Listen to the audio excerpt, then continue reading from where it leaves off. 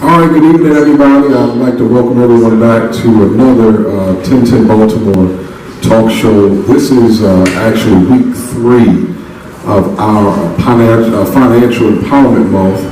And so far this month, we've had some very reputable people come in from a credit repair company. We had last week a real estate agent and mortgage broker. And this week I'm excited because we have a young lady who has a lot of accomplishments, and she's here. Miss Renee Whitley, welcome to the show. Good to have you. Thank you so much. Yeah. I got to tell you, it's Renee McGee Whitley.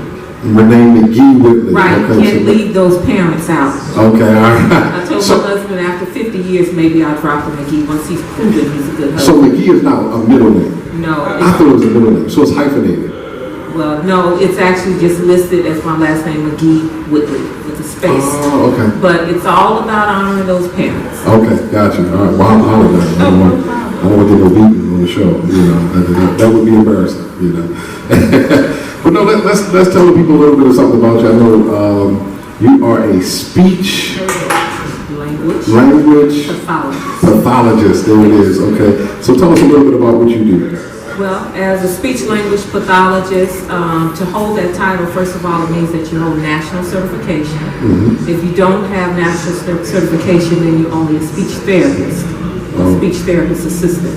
But basically what I do as a speech language pathologist is I work with people in arenas of articulation. Say that there's a child that's saying tuck instead of cup. And so we work with pronouncing words correctly. We work in the language area. If a person had a stroke, they may have a problem with their short-term memory or their long-term memory. If a person has a problem with pragmatic language, that's where they don't use the appropriate language in the right setting. We deal with people who stutter. And so it's a really broad field, and I love it. Wow, that's great. That's great. Now, we're here because you wrote a book. Well, you wrote a couple books, right? Yes, sir. Yeah, but particularly for this show, you wrote a book that you told me about that we have actually sitting here on the table called Give Me This Mountain. Yes, sir. And it's a book about finances and real estate. Yes, sir. All right. Tell us a little bit about the book. I have questions, but I want you to tell us a little bit about the book. Well, the book, Give Me This Mountain, with the subtitle, The Little Biblically Based Real Estate Book, it's first of all targeting addressing credit problems. And then after the book helps you on addressing credit problems, it tells you how then to look for real estate property. Because after you've addressed the credit problems with the goal of buying a home or acquiring real estate of some sort, your next thing is, how do I look for a home? So it gives you first the intro and tips on how to repair credit problems, and then how to actually look for property. So I think it's simple, it's short. I think it's written in real concise language, but I think it actually does what it says. It tells you how to get that mountain, that home, that property. That's great.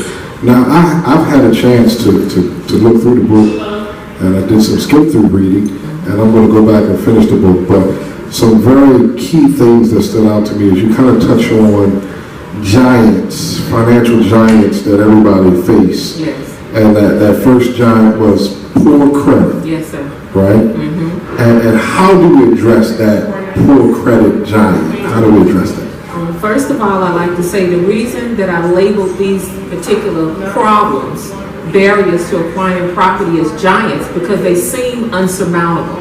They seem so big, so huge, as if you can't defeat them. So I've labeled them giants. Wow. But how to tackle poor credit? First of all, people need to know that you can have poor credit if you have no credit. So people who pay for everything in cash, they're still under the umbrella of having poor credit. Wow. Because they haven't established any proof that they have reliable financial stability over a period of time. So that's one of the things that you have under poor credit. And the other one is loading up your debt above a certain percentage. Typically, a mortgage company doesn't want you to have more than 30 to 35% long-term debt.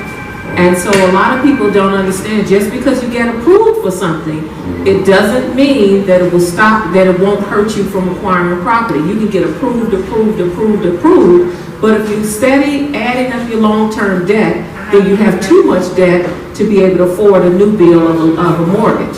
So poor credit can be tackled with, first of all, understanding what the percentage is that you should have in debt, long-term debt. And that percentage really shouldn't be over 30% of your gross monthly income. And what I mean by long-term debt is any bill that you have that's in increments of time, paid over increments of time, that's going to take you longer than 10 months to pay off. So if I have a car note and I'm going to pay that car off in 9 months, the mortgage company typically won't even count that as a long-term debt for me. They won't tally it in my debt. If I have rent, I don't have a mortgage, they don't calculate that as long-term debt because that rent will be released when I buy my home.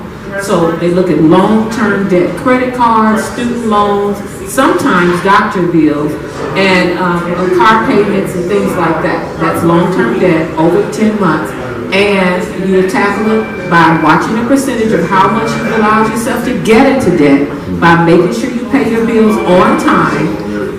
And a lot of people think that if they make it in before that late notice, the final late notice, they're looking at, are you paying it when the bill is due? Right. And then the other thing is making sure that if you're charging things month to month, that you don't charge more than what you're actually paying off in the 30 days. Because they look at it like you can't afford what you charge. A lot of times we'll go buy shoes, clothes, hats, and we may carry that interest for 18 months or 2 years, where the mortgage company is looking at, this is a person who acquires debt, but they struggle with getting it paid off in a timely fashion. Right. I think you actually mentioned that in the book too. I saw a scenario where you talked about if you buy a $75 pair of shoes and you charge it on your credit card at an 18% interest rate, Yes. you end up, if you pay the minimum payment due at the end of the month, I think it was example like $19.50 maybe, and I think you said only $5.50 It's actually going. is actually applied to the debt, and the remaining is going toward the interest. So the credit card company gets more money at the end of that payment versus paying the entire debt off at the end of the month. So is that what you would recommend? Them pay the entire debt off at the end of that month? Yes, in some cases when you buy big ticket items and you charge them like furniture, or you may buy a mattress or something like that, you may not pay that off in the 30 days because it's a big ticketed item, a sofa or something like that, refrigerator. But when you're buying things like clothes and shoes and jewelry and you're charging that, except this may be a wedding or engagement ring that's a big price item, you really should try to pay it off within the 30 days of the bill. Because if you don't, you're actually paying sometimes 10 times more than the cost of that item. That blouse may have cost $50, and by the time you pay it off in 10, 12 months or 18 months, you've actually paid over $500 for the blouse. So not only for the reason of qualifying, but just for making your money work better for you. Wow, okay. Now, when you talk about that 30% of debt, I guess a good example of that would be that first-time credit card holder, and they get approved from credit card company for that $300 credit card, and they go out there and they max it out the first month, and that bill comes in the mail, and they say, all you got to pay is $19.50. Exactly. So what they should really do to pay it down to 30% is they should really pay back $200 and maybe keep the balance at $100. Is that what you would recommend? What I really recommend is paying it off within the 30 days. But if you can't, one of the good things about having credit, and one of the reasons we have credit, is because it shows us as reliable. So you don't want to pay everything off in 30 days because the credit bureau does not give you a score until you've had the debt for 6 months. So if you have a bill and you pay it off in 2 months, that perfect payment doesn't even get reported. You have to pay it off at least 6 times, 6 months, 6 different payments over month increments before it's actually reported to the credit bureau. So it's okay to pay a large chunk on it. Say that you had a $300 bill and you pay a large chunk of $200, and then over the next 5 months, you divide that $100. Now I'm paying $20 over 5 months, and I typically would get a perfect score of 50. So every time you actually pay your credit on time in a timely manner, and imperfection, and you pay it within 6 or 7 months, you've actually increased your credit score by almost as much as 50 points. So a person who has a credit score of 400 and the mortgage company is requiring them to have a credit of 580, they actually can do a few simple things to pull that credit score up very quickly within a 6 or 7 month period. But you never want to pay it off in less than 6 months, not all of your debt. Okay. You want to have some things that you spread over time to build that credit rating. Oh, wow. That's good to know. That's interesting. So, giant number 2. I think that was inconsistent employment. Inconsistent employment. I chuckled when I read that because it's like a lot of people deal with inconsistent employment. A lot of people jump job to job. So tell us a little bit about how did you view that when you thought of that giant? Well, that's one of the things I see a lot. So first of all, I want to say I was a realtor for over 25 years. And so this is why this book was born, because I saw so many people, a lot of them outside had started college and didn't finish, or either finished and then hopped from job to job, and they had credit problems. And they were going to try to buy that home at 29, 30 years old, or 25 years old, or 35 years old. They're in love, they want to get married, now they want a house. And they found out that their employment was a problem. So there are 2 things that a lot of people don't know about employment. Number 1, if you go to school, and you go to school in any field, barber school, nursing school, go to school to be a mechanic or a doctor or a radio broadcaster, any field you going to school for, if you get a job within that field and you have a permanent status on that job, you're not considered on a probationary status. A lot of times the mortgage company will waive 3 years of 2 years of work history that they require, because this person has a degree or certificate and now they have a job in the area they trained for, and their employer has verified that it is a permanent job, not a temporary job, or not on the probationary at the probationary period. So what we find is a lot of times people go from job to job to job thinking as long as I work that it does not matter when I go to apply for a mortgage. But again, they're looking for stability. So there are 2 things the mortgage company looks at, and that falls under that inconsistent employment. Maybe I quit my job and I was off for a month and I got another job. The mortgage company is fine. They don't see big gaps in employment. Right. But when you have a job and then you have 3, 4, 6 months you haven't worked, then you've gotten another job and you have 3, 4, 6 months you haven't worked, then they don't consider you to be earning stable employment, stable income. So the person has to show, when you're working for someone else, you have to show 2 years of stable income. If you're working for yourself, you have to show 3 years of stable income. So if I have a 1099 that I file my taxes with, I'm a beautician, I'm a barber, or I have any kind of career that I work for myself, I must have a history of filing taxes for 3 years. But if I go to the utility company and I've been working there 2 years consistently, or I've worked somewhere else and then somewhere else, but there were no large gaps of time that I was unemployed, then I only need 2 years. Wow. So that inconsistent employment falls into 2 categories: changing jobs too often and having big gaps of employment. And then the other one is not working if you've gone to school, not working in your career, your profession, your training. Wow. And then does that happen quite often, that I guess you being in that real estate field for so many years, you see a lot of people come in who have gone to school for one area and then they end up working in different other capacities other than what they went to school for? It is normal in some cases to go to school and then you find, I don't like what I went to school for, so I went to school to be a secretary and now I'm working at McDonald's. I never got the job as a dental assistant. They won't hold that against you if you have ample income, low enough debt, and your permanent status. But if you're constantly changing, not jobs only, but what you're doing, they feel like the person is unstable. They don't know what they're going to do, and the record shows they're subject to quit at any time. So that person is less likely to get approved for a mortgage.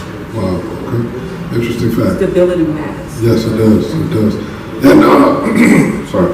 I couldn't agree with that more because, you know, I've been in financial field, finance manager, car dealerships, and that's one of the things that a lot of auto finance companies look at.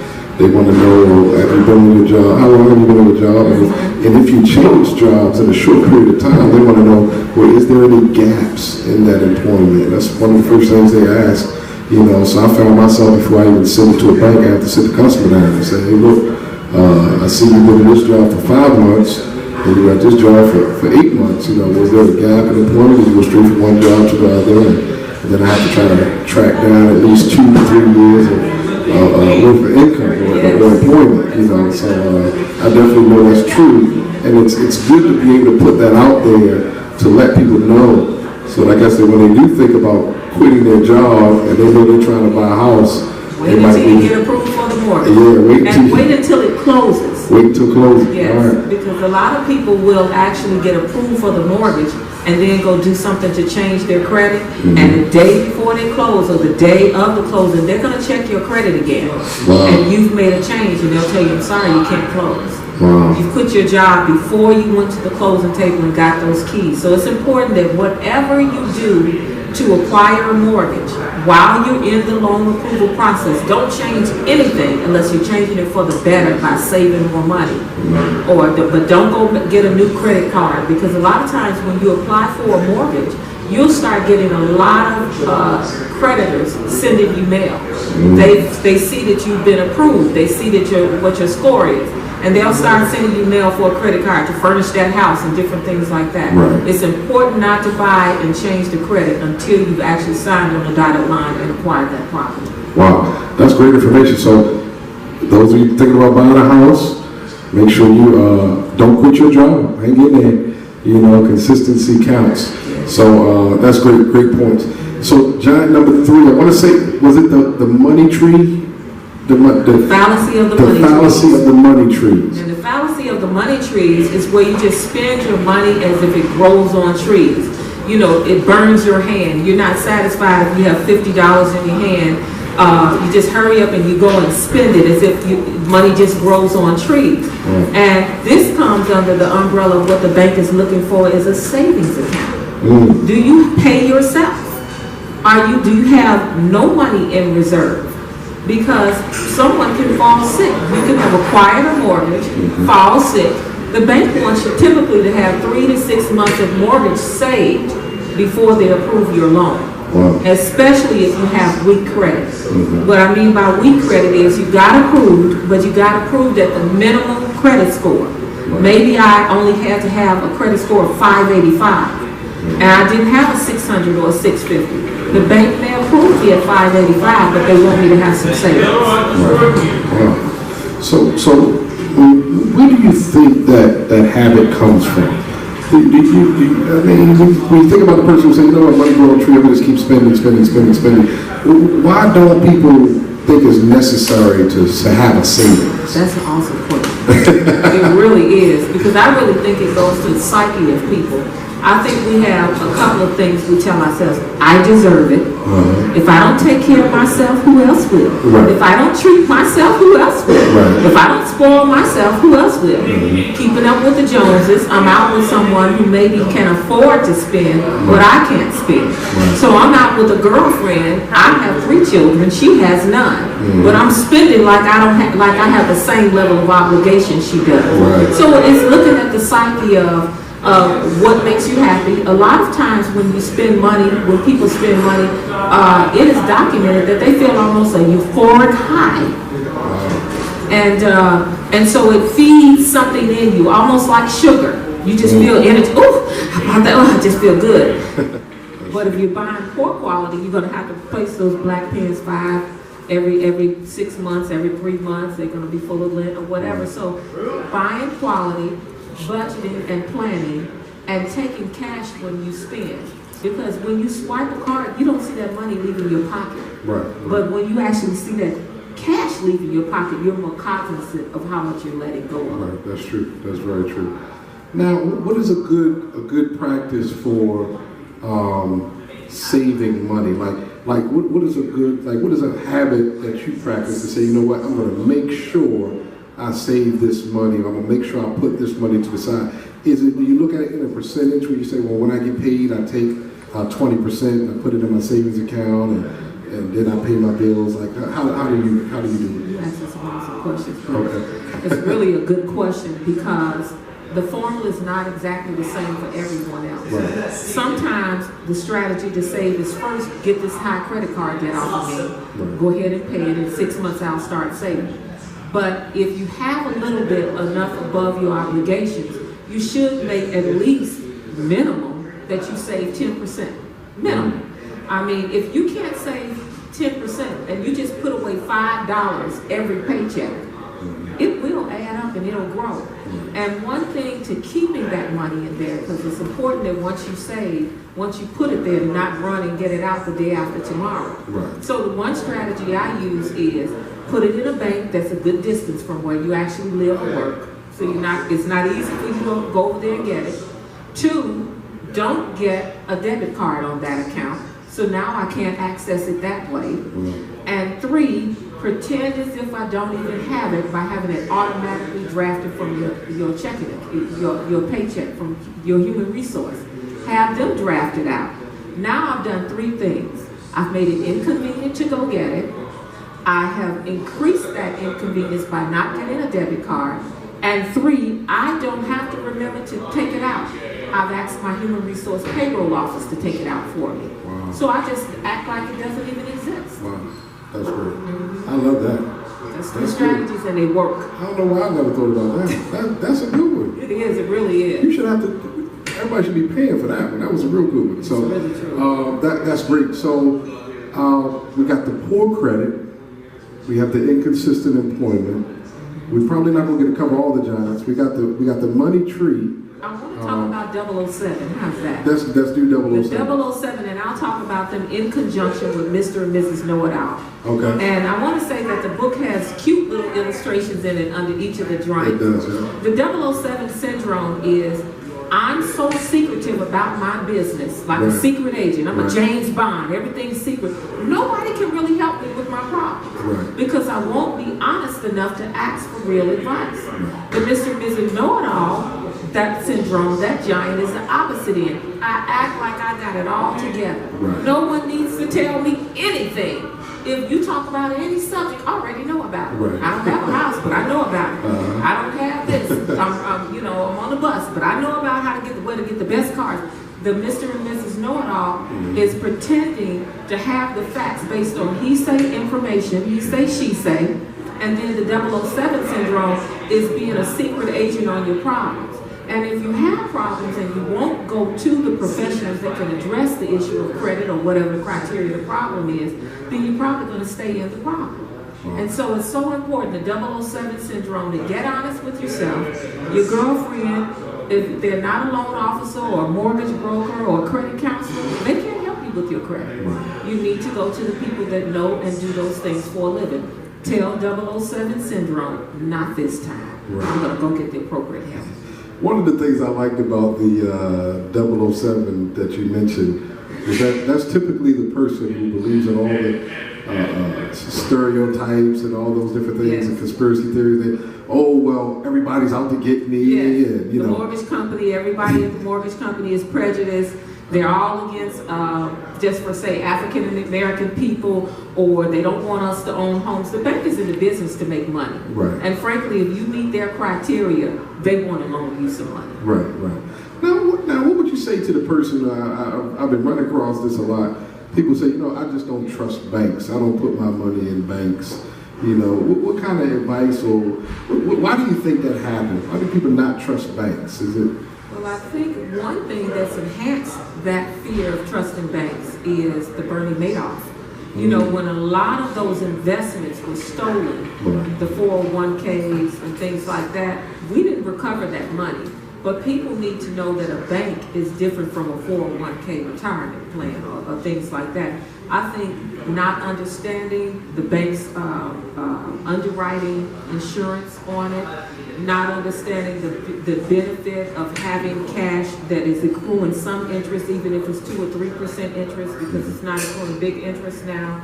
And then the fact that you are putting your money where someone other than you should know about it.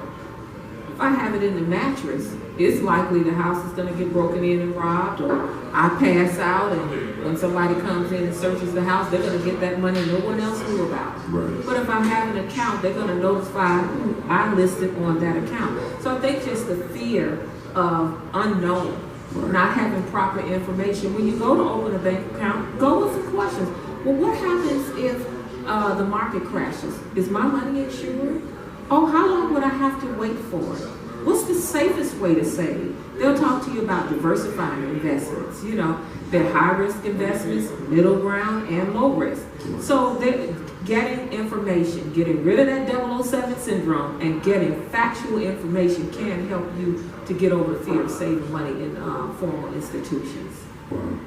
Now, in closing, before we close, I want you to, because we didn't get a chance to cover all the giants and all the good information that's in this book, and thankfully, Miss Renee McGee Whitney told me she was donating some books to 1010 Baltimore, and anybody who's interested in getting a copy of this book, please send a request via email to 1010baltimore@gmail.com. You can email us your request.